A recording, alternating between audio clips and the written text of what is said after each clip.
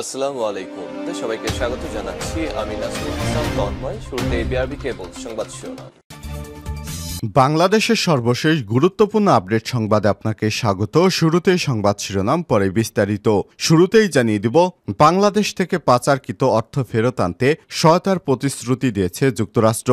যুক্তরাষ্ট্রের পররাষ্ট্রমন্ত্রী Antony Blinken বাংলাদেশের অন্তর্বর্তীকালীন সরকারের প্রধান উপদেষ্টা ডক্টর মোহাম্মদ ইউনূসের সঙ্গে সরাসরি সাক্ষাৎ করেছেন। এ সময় বাংলাদেশ থেকে পাচার হওয়া অর্থ ফিরে আনা, রোহিঙ্গা সংকট, সন্ত্রাস দমন, শ্রম বিষয়ক সংকট সহ বিভিন্ন বিষয়ে তাদের মধ্যে আলোচনা হয়েছে। এ সময় যুক্তরাষ্ট্রের পররাষ্ট্রমন্ত্রী অ্যান্টনি ব্লিংকেন বাংলাদেশকে তাদের পাচারকৃত অর্থ ফেরত দেওয়ার প্রতিশ্রুতি দিয়েছেন। এটি দ্রুত সময়ের মধ্যে ফেরত দেওয়া হবে বলেও জানিয়েছেন তিনি। এরপর জানিয়ে দিব, শেখ হাসিনাকে দেশে এনে বিচারের মুখোমুখি করা হবে। অন্তর্বর্তীকালীন সরকারের প্রধান উপদেষ্টা ডক্টর মোহাম্মদ ইউনূস সাবেক প্রধানমন্ত্রী শেখ হাসিনাকে দেশে ফিরে এনে বিচারের সম্মুখীন করা উচিত বলে জানিয়েছেন। যুক্তরাষ্ট্রের নিউ ইয়র্কে এক অনুষ্ঠানে সাবেক প্রধানমন্ত্রী শেখ হাসিনাকে দেশে ফিরে এনে তার বিচারের সম্মুখীন করা হবে বলে এমনটাই জানিয়েছেন। এবারে জানাবো, মৃত্যু ভেবে নদীর চরে ফেলে দেওয়া হলো দুই ছাত্রদল নেতাকে। দুই ছাত্রদল নেতাকে তুলে নিয়ে মারধর করে মৃত ভেবে নদীর চরে ফেলে দিয়েছে দুর্বৃত্তরা। ঘটনাটি ঘটে রাউজানে। গতকাল বেলা ৩টার দিকে উপজেলার নোয়াপাড়া ইউনিয়নের কচুখাইন গ্রামে বাঁধের গোড়ার মাঝের চর থেকে দুই ছাত্রদল নেতাকে উদ্ধার করা হয়। কর্ণফুলী এবং হালদা নদীর মোহনার পাশে এই চর অবস্থিত। এদিকে থানায় মামলা হলেই মাহবুব আলীর পকেটে সালামি যেত। দুদকের অনুসন্ধান। হবিগঞ্জ ৪ আসনের সাবেক সংসদ সদস্য ও সাবেক বেসামরিক বিমান পরিবহন ও পর্যটন প্রতিমন্ত্রী অ্যাডভোকেট মাহবুব আলী শুধু নিজেই ধনী হননি, ধনী করেছেন তার আত্মীয় স্বজন, চাচা চাচি, স্ত্রী, বন্ধুবান্ধব অনেককেই। থানায় মামলা হলেই তিনি ২০,০০০ টাকা করে সালামি নিতেন, এমনই চাঞ্চল্যকর তথ্য উঠে এসেছে। এবারে জানাবো, কলকাতায় কত দাম বাংলাদেশি ইলিশের। অবশেষে পুজোর আগে বাংলাদেশ থেকে কলকাতায় পৌঁছেছে ১৭২টি পেটি বোঝাই বাংলাদেশের ইলিশ। সেখানে প্রায় ২৫ থেকে ৩০ টন ইলিশ যেতে পারে ভারতের পশ্চিমবঙ্গ রাজ্যে। জানা গেছে, ভারতের পশ্চিমবঙ্গে বাংলাদেশ থেকে রপ্তানি করা ইলিশ ১২০০ থেকে ১৪০০ রুপিতে বিক্রি হতে পারে। সেই হিসেবে বাংলাদেশি টাকায় প্রায় ১৮০০ টাকায় কেজি দরে এই মাছ বিক্রি হওয়ার সম্ভাবনা রয়েছে।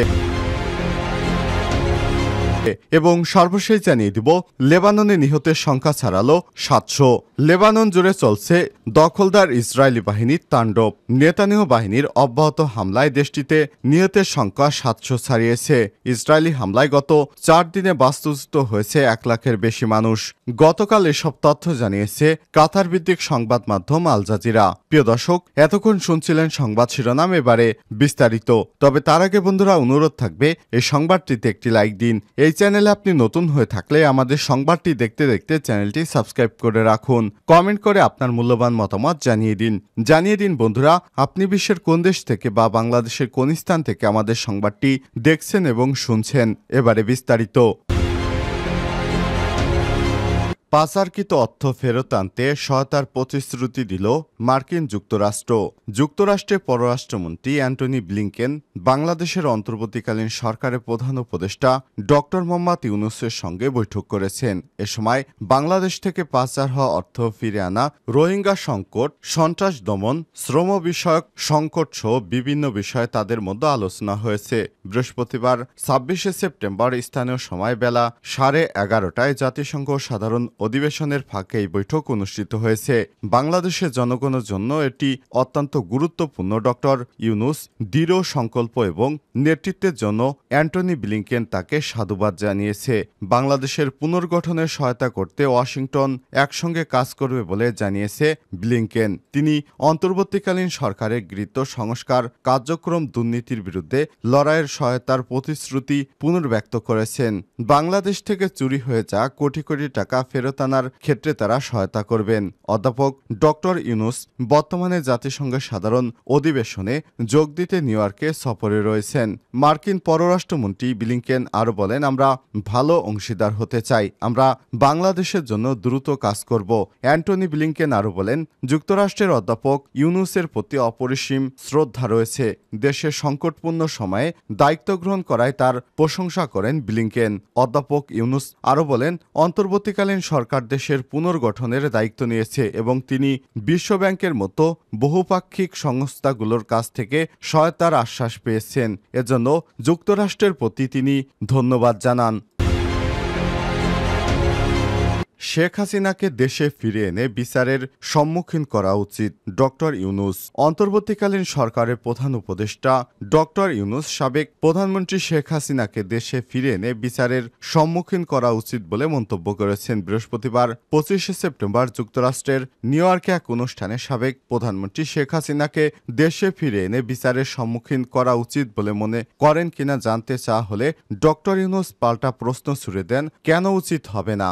এরপর বলেন, তিনি যদি অপরাধ করে থাকেন তাহলে তাকে দেশে ফিরে আনা এবং বিচারের সম্মুখীন করা উচিত। আপনি তো বিচারের পক্ষে কথা বলেছেন, তাহলে উনার তো বিচারের সম্মুখীন হওয়া উচিত। যুক্তরাষ্ট্রের প্রভাবশালী পত্রিকা new York Times climate forward শীর্ষক ওই অনুষ্ঠানের আয়োজন করে জাতিসংঘের সাধারণ পরিষদের অধিবেশনে যোগ দিতে অধ্যাপক ইউনূস এখন যুক্তরাষ্ট্রে অবস্থান করছেন। ছাত্র জনতার তীব্র আন্দোলনের মুখে গত 5ই আগস্ট শেখ হাসিনা পদত্যাগ করে ভারতে পালিয়ে যায়। এরপর অন্তর্বর্তীকালীন সরকার নোবেল বিজয়ী অর্থনীতিবিদ অধ্যাপক ডক্টর ইউনূসকে ক্ষমতা গ্রহণের আমন্ত্রণ জানায় ছাত্র জনতা এবং তিনি সে আমন্ত্রণ গ্রহণ করেন এবং তিনি গত 8ই আগস্ট অন্তর্বর্তীকালীন সরকারের প্রধান উপদেষ্টা হিসেবে শপথ গ্রহণ করেন। প্রধান উপদেষ্টা বলেন, বাংলাদেশ কবে নির্বাচনের দিকে অগ্রসর হবে তার কোনো সময়সীমা তার কাছে নেই।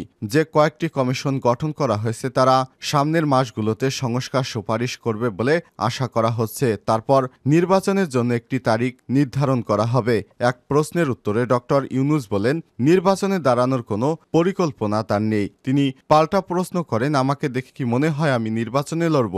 গণপিটুনি বা মব জাস্টিস সংক্রান্ত এক প্রশ্নের উত্তরে ডক্টর ইউনূস তিনি বলেন, এ বিষয়ে আপনারা বাইরে থেকে অতিরঞ্জিত খবর পাচ্ছেন, যা ঘটেছে সেটাকে বাড়িয়ে বলা হচ্ছে। তিনি বিদেশি সাংবাদিকদের বাংলাদেশে আসার আমন্ত্রণ জানিয়ে তিনি বলেন, আপনারা নিজ চোখে যেটা দেখবেন সেটাই রিপোর্ট করুন। আপনাদেরকে আমন্ত্রিত, আপনারা বাংলাদেশে আসুন, বাংলাদেশের পরিস্থিতি দেখুন, তারপর আপনারা রিপোর্ট করুন।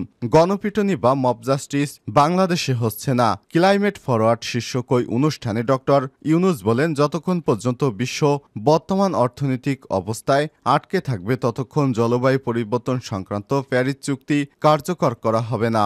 জলবায়ু পরিবর্তনের প্রভাব সীমিত করার লক্ষ্যে প্যারিস চুক্তি করা হয়। বৈশ্বিক এই চুক্তি 2016 সালে কার্যকর করা হয়। অর্থনীতিবিদ ডক্টর ইউনূস বলেন, এই অবস্থা সর্বোচ্চ মুনাফা কেন্দ্রিক ব্যবস্থাটি একটি নিগোষ্ঠীর জন্য সম্পদ তৈরি করে সেটি ব্যাপক বর্জ্য উৎপন্ন করছে। অন্তর্বর্তীকালীন সরকারের প্রধান উপদেষ্টা আরও বলেন, আমরা যে অর্থনৈতিক অবস্থা তৈরি করেছি তা এই ধ্বংসের মূল। তিনি আরও বলেন, মানুষ এটি আত্মবিশ্বাসী সভ্যতা তৈরি করেছে। ডক্টর ইউনূস আরও বলেন, চুক্তিতে যে পরিবর্তনই করা হোক না কেন বিশ্বের মৌলিক ব্যবস্থাগুলোকে নতুন করে না সাজানো পর্যন্ত তা কোনো পার্থক্য বয়ে আনবে না। মৃত ভেবে নদীর চরে ফেলে দেওয়া হলো 2 ছাত্রদল নেতাকে। অতঃপর 2জন ছাত্রদল নেতাকে তুলে নিয়ে মারধরের পর মৃত ভেবে নদীর চরে ফেলে দিয়েছে দুর্বৃত্তরা। ঘটনাটি ঘটে চট্টগ্রামের রাউজানে বৃহস্পতিবার 26শে সেপ্টেম্বর বেলা 3টার দিকে উপজেলার নোয়াপাড়া ইউনিয়নের কচুখাইন গ্রামের বাঁধের গোড়ার মাঝের চর থেকে 2 ছাত্রদল নেতাকে উদ্ধার করা হয়। কর্ণফুলী এবং হালদা নদীর মোহনার পাশে এই চর অবস্থিত। জানা গেছে উদ্ধারকৃত 2 ছাত্রদল নেতা হলেন মোহাম্মদ জয়নুল আবেদিন 32 ও সাজ্জাদ হোসেন 30। এ সময় তাদের হাত পা ও মুখ বাঁধা ছিল। পরে গুরুতর আহত অবস্থায় তাদের উদ্ধার করে চট্টগ্রাম মেডিকেল কলেজ হাসপাতালে পাঠিয়েছে স্থানীয় লোকজন। এর আগে বেলা 1টার দিকে নোয়াপাড়া ইউনিয়ন পরিষদ কার্যালয় থেকে 2 জনকে 10 থেকে 12 জনের সশস্ত্র একটি দল অস্ত্রের মুখে তুলে নিয়ে যায়। তুলে নিয়ে যা ওই 2 জনের মধ্যে জয়নুল আবেদিন উপজেলা ছাত্রদলের সাবেক সদস্য সচিব ও সাজ্জাদ হোসেন ইউনিয়ন ইউনিয়ন ছাত্রদল সভাপতি। জয়নালের বাড়ি নোয়াপাড়া ইউনিয়নের নিরামিষপাড়া এবং সাজ্জাদের বাড়ি কচুখাইন গ্রামে। বিএনপি নেতাদের দাবি, রাজনৈতিক কারণে তাদের উপর হামলার ঘটনা ঘটেছে। তারা দুইজন উত্তর জেলা বিএনপির আহ্বায়ক গোলাম আকবর খন্দকারের অনুসারী হিসেবে পরিচিত। স্বজনদের সূত্র থেকে জানা গেছে দুজনের অবস্থা আশঙ্কাজনক। দুজনই চট্টগ্রাম মেডিকেল কলেজ হাসপাতালে চিকিৎসাধীন। থানায় মামলা হলেই মাহবুব আলীর পকেটে সালামি, দুদকের অনুসন্ধান। হবিগঞ্জ ৪ আসনের সাবেক সংসদ সদস্য, সাবেক বেসামরিক বিমান পরিবহন এবং পর্যটন প্রতিমন্ত্রী অ্যাডভোকেট মাহবুব আলী শুধু নিজেই ধনী হননি, ধনী করিয়েছেন তার চাচা চাচি, স্ত্রী, ব্যক্তিগত সহকারী সহ অনেক আত্মীয় স্বজনকে। মাহবুব আলীর নিজের এবং তার স্ত্রীর নামে বিপুল পরিমাণে স্থাবর অস্থাবর সম্পদের তথ্য পেয়েছে দুর্নীতি দমন কমিশন দুদক। মাহবুব আলীর বিরুদ্ধে বড় অভিযোগ, তিনি খুন, ধর্ষণ, অপহরণ সহ স্পর্শকাতর কোনো মামলার আসামিকে বিশেষ সুবিধা দিতে মামলার প্রতি থানা থেকে 20,000 টাকা করে সালামি নিতেন। এছাড়াও সড়কের পাশে থাকা বিপুল সংখ্যক গাছ বিক্রির জন্য দরপত্রে 11 কোটি টাকা দাম ওঠে। সেই দরপত্র বাতিল করে 11 বছর পর সেই গাছ তার অনুগত এক ব্যক্তিকে দিয়ে মাত্র 6 কোটি টাকায় কিনে নেয়। তার বিরুদ্ধে পুকুর খাল ভরাটের অর্থ এবং পৌরসভার খাসজমি দখলের অভিযোগ রয়েছে। নবীগঞ্জ রিসোর্টের মালিকানা, ব্যাংক হিসাব রয়েছে বিপুল অর্থ। সম্প্রতি দুদকের গোয়েন্দা শাখা থেকে পরিচালিত এক অনুসন্ধানের প্রতিবেদনে সব তথ্য উঠে এসেছে। মাহবুব আলী হবিগঞ্জ ৪ আসন এর 2 বার সংসদ সদস্য নির্বাচিত হয়েছেন। যাত্রাবাড়ি থানায় দায়ের হওয়া একটি হত্যা মামলায় গত 15 সেপ্টেম্বর রাজধানীর সেগুনবাগিচা এলাকা থেকে তাকে গ্রেপ্তার করে পুলিশ। বর্তমানে তিনি কারাগারে আছেন। হবিগঞ্জের মাধবপুর উপজেলার এই বাসিন্দা গত জানুয়ারিতে অনুষ্ঠিত দ্বাদশ জাতীয় সংসদ নির্বাচনেও আওয়ামী লীগের মনোনয়ন পান। তবে তিনি বিপুল ভোটে পরাজিত হন যুবলীগের সাবেক কেন্দ্রীয় নেতা সৈয়দ সাইদুল হক ওরফে ব্যারিস্টার সুমনের কাছে। হবিগঞ্জ ৪ মাধবপুর চুনারুঘাট আসনে সাবেক সংসদ সদস্য মাহবুব আলীর বিরুদ্ধে দুর্নীতি এবং সরকারি অর্থ আত্মসাৎ প্রসঙ্গে একটি অভিযোগ দুদকে জমা পড়ে। অভিযোগটি আমলে নিয়ে প্রাথমিক অনুসন্ধান শেষে তদন্ত কর্মকর্তা নিয়োগ দিয়েছে কমিশন।